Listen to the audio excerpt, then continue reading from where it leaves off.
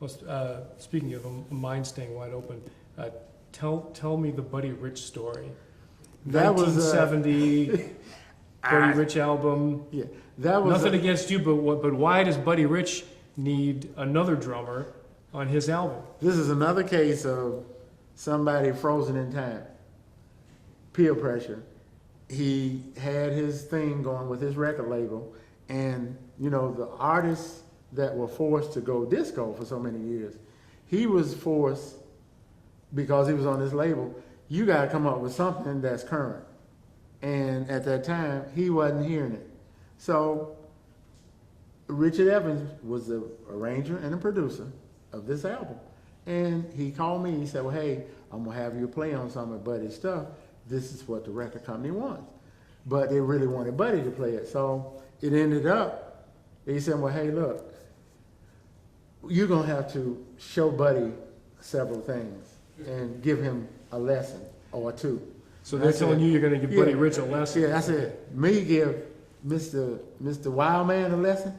You know, you know, so it was set up at Old Frank's Drum Shop, 226 South Wabash, you know, on the second floor. And Maury LaShawn. I show up early, and I'm sitting in the room waiting. And there were those rooms along that hallway. Yeah, you go in the where back. Knapp would teach Yeah, back where, there. yeah, where they used to repair stuff Right. in the back too. I'm there early, waiting. He finally shows up, and we shake hands and blah blah this and blah blah that.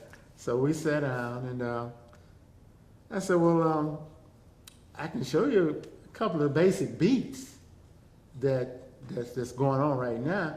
Yeah, and I said they should be simple. So I showed him, you know, 1, 2, 3, 4, and I showed him the eighth note, you know, ta ta ta ta ta ta ta ta, you know, pat, and then I just did a ta ta ta ta ta ta ta. He played it a couple of times, but he was so in a habit of he was probably an early hip hop player. He just didn't know it. You know? He could not shift gears and be disciplined enough to keep the 8 straight. So I played that beat. I played it several times, and I said the other beat is like 4 on the floor, you know. And I said real moderate. And he kind of played that, but after he got into it a while, he started. I said, no, not that. No 55, just straight A's. So we went over that. He said, let me take a break. So he went out, took a smoke, and he came back. He said, show it to me again. So I showed it to him again. I said, now the other thing that they're doing now, I said, off of this basic is disco. And I said, all that is that.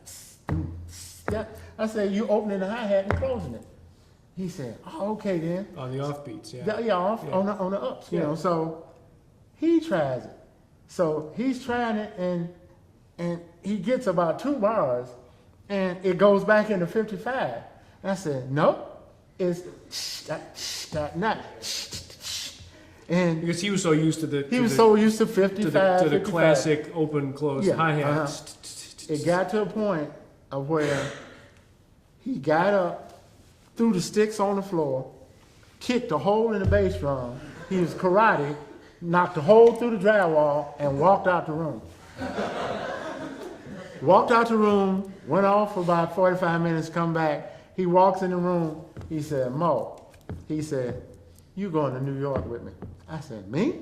He said, yep, you going, and you going to play on the album with me.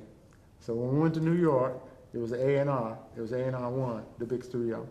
And it was 2 drum sets. And we played together on all the tunes. I got him through that particular. That's how I ended up doing the Woody Herman stuff. Mm-hmm.